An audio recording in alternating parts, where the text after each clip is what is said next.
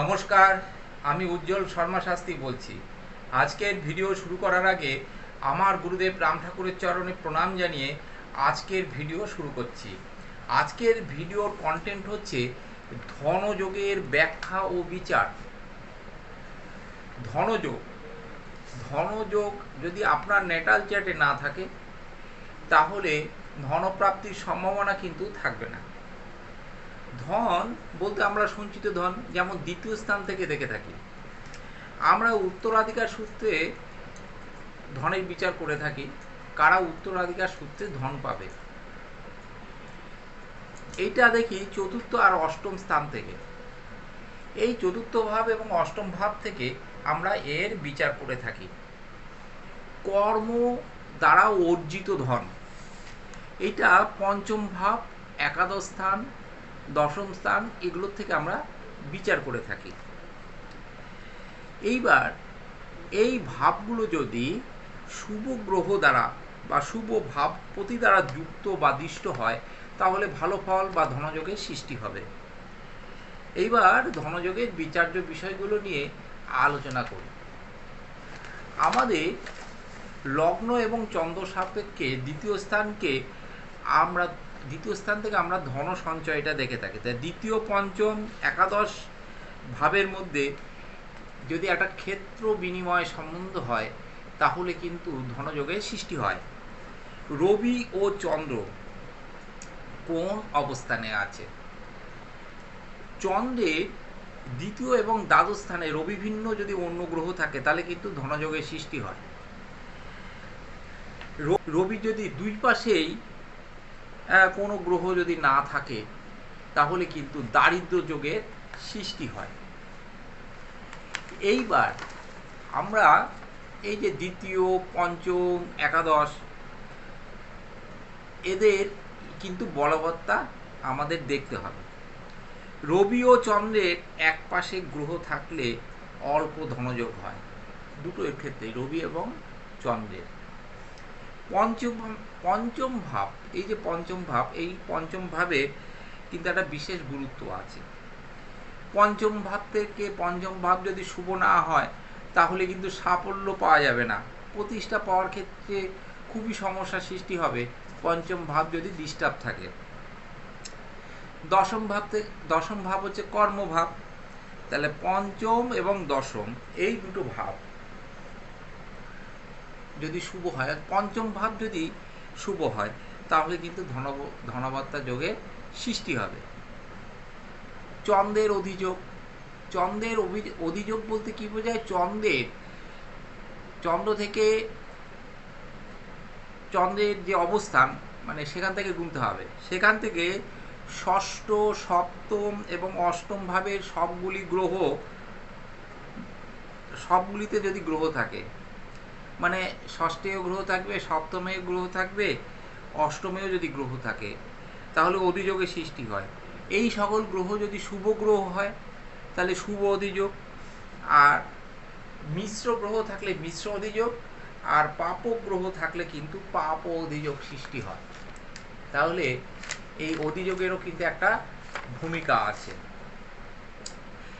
লগ্ন চন্দ্র থেকে দ্বিতীয়, পঞ্চম, নবম, দশম এবং একাদশ স্থান এইগুলো হচ্ছে সম্পদদায়ক। এদের মধ্যে বিশেষ করে দ্বিতীয়, পঞ্চম এবং একাদশের যদি একটা সংযোগ দেখা যায় আপনার ন্যাটাল চার্টে তাহলে কিন্তু ধনযোগের সৃষ্টি হবেই হবে। এই ভাবগুলির মধ্যে যদি শুভ সম্পর্ক থাকে সেটা দেখতে হবে। এর মধ্যে আবার অষ্টমপতি মানে দুস্থানপতি ঢুকে গেলে বিপদ, পাপগ্রহ ঢুকে গেলে বিপদ আছে। দেখতে হবে এদের মধ্যে শুভ সম্পর্ক হয়েছে কিনা। গ্রহগুলো সাধারণত তাদের চরিত্র অনুযায়ী ফলাফল, সে যদি ধনদাতা হয় সে ধনদাতা হতে পারে, কিন্তু পাপগ্রহ কিন্তু বেশি ধন দিয়ে থাকে বর্তমান যুগে। পাপগ্রহগুলোই কিন্তু বেশি ধনপ্রাপ্তি বা ধন দিয়ে থাকে, সম্পদ দিয়ে থাকে, অর্থ দিয়ে থাকে।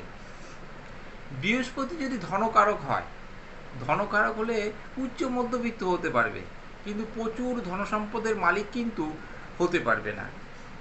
চন্দ্র যদি ধনকারক হয়, চন্দ্র ধনকারক হলে কিন্তু বিশেষভাবে বলবান হতে হবে। জাতক জাতিকার অবস্থা স্থিতিশীল হবে না যদি কি না এই চন্দ্র ধনকারক হয়ে বলবান যদি না হয়, তাহলে কিন্তু মানে স্থিতিশীল ধনযোগের ধনপ্রাপ্তির স্থিতিশীলতা, এই ধনপ্রাপ্ত হলো, কিছুদিন পরে দেখা যাচ্ছে আবার খারাপ যোগের সৃষ্টি হলো। চন্দ্র থেকে দ্বিতীয় পঞ্চম একাদশ যদি একাদশপতি যদি স্বভাবস্থ হয়ে থাকে, মানে স্বক্ষেত্রে হয়ে থাকে, স্বনবাংশে হয়ে থাকে, উচ্চস্থ হয়ে থাকে, সুতুঙ্গস্থ হয়ে থাকে এবং কক্ষবল যুক্ত যদি হয়ে থাকে, তাহলে কিন্তু আর্থিক অবস্থা কিন্তু স্থিতিশীল হবে। মানে চন্দ্র থেকে এই স্থানগুলো যদি মোট কথা শক্তিশালী হলে। বুধ এবং শুক্র যদি ধনকারক হয় এবং বলবান যদি হয়, তাহলে কিন্তু প্রভূত ধনদায়ক হবে। বুধ এবং শুক্র যদি ধনকারক হয়ে থাকে। পাপগ্রহগণ বলবান হয়ে, পাপগ্রহগণ যদি বলবান হয় এবং ধনকারক যদি হয়ে থাকে, তাহলে কিন্তু প্রভূত অর্থ দিয়ে থাকবে, কিন্তু সেই অর্থ সম্পদের প্রাপ্তির ক্ষেত্রে অশান্তি থাকবে, অবাঞ্ছিত ঘটনা কিন্তু থাকবে। রাহু ধনকারক হলে প্রচুর ধনসম্পদ দিয়ে থাকে, প্রচুর ধনসম্পদ রাহু কিন্তু দিয়ে থাকে, কিন্তু অনেক সময় এর সঙ্গে দুর্নীতি যুক্ত থাকে। দুর্নীতি করে অনেকে অর্থ করে, এই অর্থ সম্পদ অনেকেই করে দুর্নীতি করে, সেই ক্ষেত্রে কিন্তু রাহুর ভূমিকা থাকে। রবি এবং মঙ্গল যদি ধনকারক হয়ে থাকে, তাহলে কিন্তু উচ্চ পর্যায়ের কর্ম থেকে এই ধনপ্রাপ্তি হয়ে থাকে। শনি যদি ধনকারক হয়ে থাকে, প্রভূত ধন সম্পদ দিয়ে থাকবে শনি, প্রচুর ধনবত্তা যোগের সৃষ্টি করে এই শনি। উত্তরাধিকার সূত্রে অনেক সময় মৃত্যুর পর, অপরের মৃত্যুর পর হঠাৎ করে ধনপ্রাপ্তি হয়ে থাকে, এগুলো সাধারণত শনির জন্যই হয়ে থাকে। কেতু কিন্তু গুপ্ত ধনকারক, গুপ্ত উপায় কিন্তু ধনসম্পদ প্রাপ্তির ক্ষেত্রে এই কেতুর ভূমিকা থাকে। পরাশর কিছু ধনযোগের কথা বলেছেন, সেই ধনযোগগুলো নিয়ে আপাতত আলোচনা করা যাক। লগ্নের দ্বিতীয় যদি উচ্চস্থ গ্রহ থাকে, ধরুন সেই গ্রহ যদি চন্দ্র, বৃহস্পতি এবং শুক্র হয়ে থাকে, তাহলে কি হবে?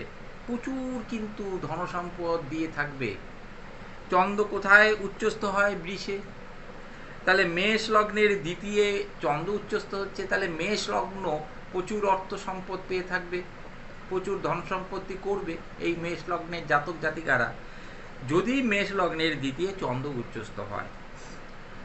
ধরুন বৃহস্পতি উচ্চস্থ হয় কর্কটে, তাহলে মিথুন লগ্নের ক্ষেত্রে দ্বিতীয় হচ্ছে কর্কট, কর্কটে বৃহস্পতি উচ্চস্থ, প্রচুর ধনসম্পদের মালিক হয় এই মিথুন লগ্নের জাতক জাতিকারা। শুক্র উচ্চস্থ হয় কোথায়? মীনে। কুম্ভ লগ্নের জাতক জাতিকারা কিন্তু এই ক্ষেত্রে প্রচুর সম্পত্তির মালিক হয়ে যাবে, প্রচুর ধন সম্পত্তির মালিক হয় এরা। লগ্নের পঞ্চমে শুক্র, যদি লগ্নের পঞ্চমে শুক্রের ক্ষেত্র হয় এবং সেখানে যদি শুক্র অবস্থান করে, ধরুন মিথুন লগ্নের পঞ্চম হচ্ছে তুলা, তুলায় শুক্র অবস্থান করছে। ধরুন মকর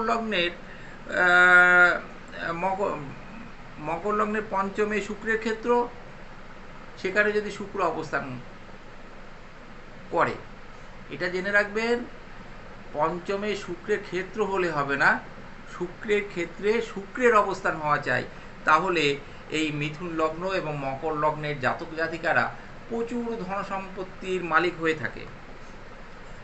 লগ্নের পঞ্চমে শনির ক্ষেত্র এবং সেখানে শনি থাকলে, একাদশে যদি বুধ থাকে, তাহলে কি হবে জিনিসটা বুঝতে হবে।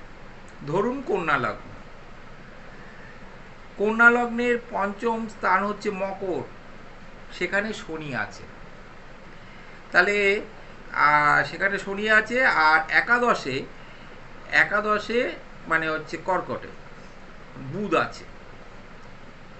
বহু ধনের অধিকারী হবে এই কন্যা লগ্নের জাতক জাতিকারা। তুলা লগ্নের পঞ্চম স্থান হচ্ছে কুম্ভ, সেখানে শনি আছে। আর ধরুন সিংহে বুধ আছে, একাদশে বুধ, তাহলে কিন্তু তুলা লগ্নের জাতক জাতিকারা প্রচুর ধনসম্পত্তির মালিক হবে। এই যে কয়েকটি কথা বললাম, এগুলো একটু বারবার করে দেখবেন, তাহলে দেখবেন আপনাদের ন্যাটাল চার্টে এই যোগগুলো আছে কিনা। লগ্নের পঞ্চমে স্বক্ষেত্রস্থ রবি, লগ্নের পঞ্চম, তাহলে কোন লগ্নের পঞ্চম স্থান হলো সিংহ, কারণ রবির স্বক্ষেত্র হচ্ছে সিংহ। মেষ, তাহলে মেষ লগ্নের পঞ্চমে আছে রবি, স্বক্ষেত্রস্থ রবি। আর একাদশে অবস্থান করছে শনি, চন্দ্র, বৃহস্পতি, তাহলে কি হবে? এই মেষ লগ্ন প্রভূত ধনসম্পত্তির মালিক হবে। মেষ লগ্নের একাদশ কুম্ভ, কুম্ভেতে শনি, চন্দ্র, বৃহস্পতি অবস্থান করছে। আরেকটি যোগের কথা বলি, লগ্নের পঞ্চমে স্বক্ষেত্রস্থ বৃহস্পতি আর একাদশে চন্দ্র এবং মঙ্গল আছে। তাহলে এরকম লগ্ন খুঁজি, তাহলে বৃহস্পতির ক্ষেত্র কোন দুটো? মীন আর হচ্ছে ধনু। তাহলে বৃশ্চিক লগ্নে পঞ্চমে বৃহস্পতি মীনে আছে, আর একাদশে অর্থাৎ কন্যায় চন্দ্রমঙ্গল আছে। বৃশ্চিক লগ্ন প্রভূত ধনসম্পত্তির মালিক হবে। সিংহ লগ্নের পঞ্চম স্থান হলো ধনু, সেখানে অবস্থান করছে, ধরুন কারো সিংহ লগ্ন, ধনুতে অবস্থান করছে বৃহস্পতি, একাদশে অবস্থান করছে চন্দ্রমঙ্গল, একাদশ মিথুন হবে, চন্দ্রমঙ্গল সেখানে অবস্থান করছে। এইরূপ ক্ষেত্রে সিংহ লগ্ন এবং বৃশ্চিক লগ্নের জাতক জাতিকারা প্রচুর ধনসম্পত্তির মালিক হয়ে থাকে। পঞ্চমে স্বক্ষেত্রে চন্দ্র অর্থাৎ কর্কটে বসে আছে, ধরুন একাদশে শনি, তাহলে পঞ্চম মীন লগ্নের পঞ্চম স্থান হচ্ছে কর্কট, কর্কটে চন্দ্র বসে আছে, আর একাদশে শনি বসে আছে, অর্থাৎ মকরে শনি বসে আছে। এইরূপ ক্ষেত্রে মীন লগ্নের জাতক জাতিকারা প্রচুর ধনসম্পত্তির মালিক হয়ে থাকবে। লগ্নের পঞ্চমে স্বক্ষেত্রস্থ মঙ্গল, একাদশে রবি বুধ, ধরুন ধনু লগ্ন, ধনু লগ্নের আর কর্কট লগ্ন, কর্কট লগ্নের পঞ্চম স্থান হচ্ছে বৃশ্চিক, সেখানে মঙ্গল বসে আছে, একাদশ স্থান হচ্ছে বৃষ, সেখানে রবি বুধ আছে। আবার ধনু লগ্নের একাদশে রবি বুধ অর্থাৎ তুলায় আছে, আর মেষে মঙ্গল আছে, পঞ্চম স্থান মেষ। এই ক্ষেত্রে ধনু লগ্ন এবং কর্কট লগ্নের জাতক জাতিকারা প্রচুর ধনসম্পত্তির মালিক হয়ে থাকে। গুরু সৌরী যোগ, বৃহস্পতি এবং শনি যদি সমসপ্তমে অবস্থান করে থাকে, গুরু সৌরী যোগ হয়। এই গুরু সৌরী যোগ কারো ন্যাটাল চার্টে থাকলে প্রভূত ধনসম্পত্তির মালিক হয়ে থাকে ওই জাতক জাতিকারা। ক্ষেত্র সিংহাসন যোগ, দশমপতি লগ্ন, কেন্দ্র, কোণ এবং দ্বিতীয় অবস্থান করে, তাহলে ক্ষেত্র সিংহাসন যোগ হয়। লগ্ন, কেন্দ্র এবং কোণে এবং দ্বিতীয় অবস্থান করে, তাহলে ক্ষেত্র সিংহাসন যোগ হয়। চন্দ্রপ্রভা যোগ, নবমপতি কেন্দ্রে কোণে থাকলে চন্দ্রপ্রভা যোগ হয়। জীব যোগ, চন্দ্র এবং বৃহস্পতি একসঙ্গেও থাকতে পারে, আবার সমসপ্তমেও থাকতে পারে, তাহলে জীব যোগের সৃষ্টি হয়।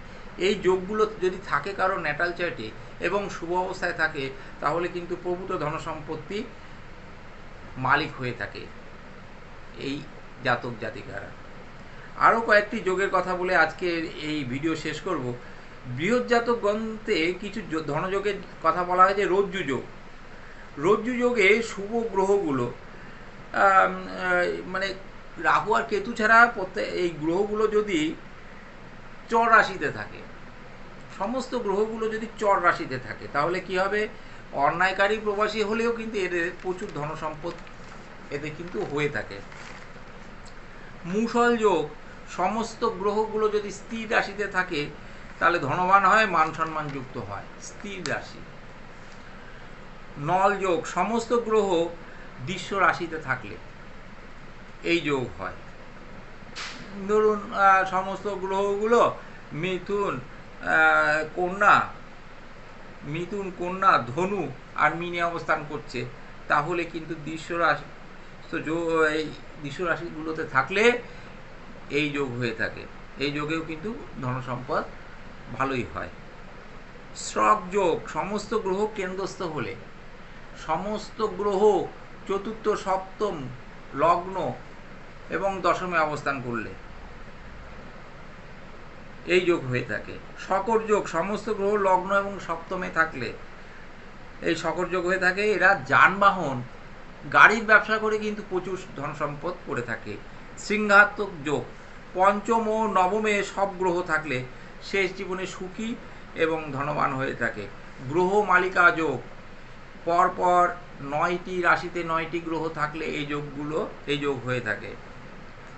এছাড়া আরও কিছু কিছু আছে, সময়ের অভাবে ভিডিও একটু দীর্ঘ হয়ে গেল। এই দীর্ঘ ভিডিওতে আমি তাও যতটা সম্ভব তুলে ধরার চেষ্টা করলাম। আপনারা সবাই সুস্থ সুন্দর থাকবেন, ভালো থাকবেন, আপনাদের ঈশ্বর মঙ্গল করুন। আমার গুরুদেবের চরণে প্রণাম জানিয়ে আজকের ভিডিও আমি এখানেই শেষ করলাম। নমস্কার, সবাই ভালো এবং সুস্থ থাকবেন।